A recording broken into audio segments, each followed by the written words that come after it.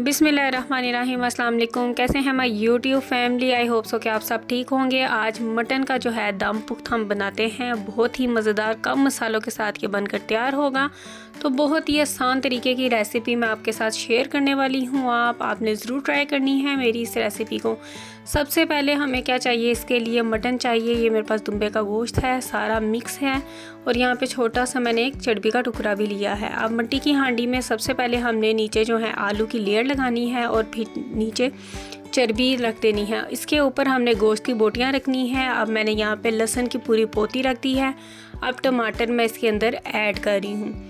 जैसे कि आप देख रहे हैं कि इसमें फिर मैंने साबुत हरी मिर्चें जो हैं वो डाल दी हैं, और लहसुन अदरक जो है, अदरक हमने कूट कर डालना है।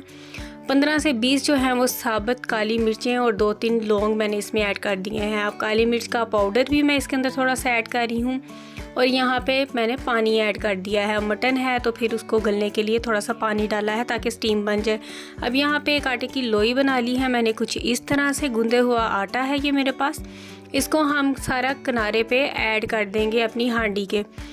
इसके बाद हमने ऊपर इसको पेस्ट कर देना है। अच्छे तरीके से ढक्कन पेस्ट हो चुका है। अब हमने इसकी आग जो है वो स्लो कर देनी है। मीडियम टू लो फ्लेम के ऊपर हमने इसको 1.5 से 2 घंटे के लिए पकाना है, और फिर मैं इसका ढक्कन जो है कटिंग करके उतार रही हूँ। अब ये देखें जी, अब की कंडीशन देखें, माशाल्लाह हमारा जो गोश्त है बिल्कुल गल चुका है। अल्हम्दुलिल्लाह बहुत ही मज़ेदार ये मटन दम पुख्त जो है वो बनकर रेडी हो चुका है। आपने ज़रूर ट्राई करना है मेरी इस रेसिपी को, और कमेंट्स में बताना है कि आपको रेसिपी कैसी लगी।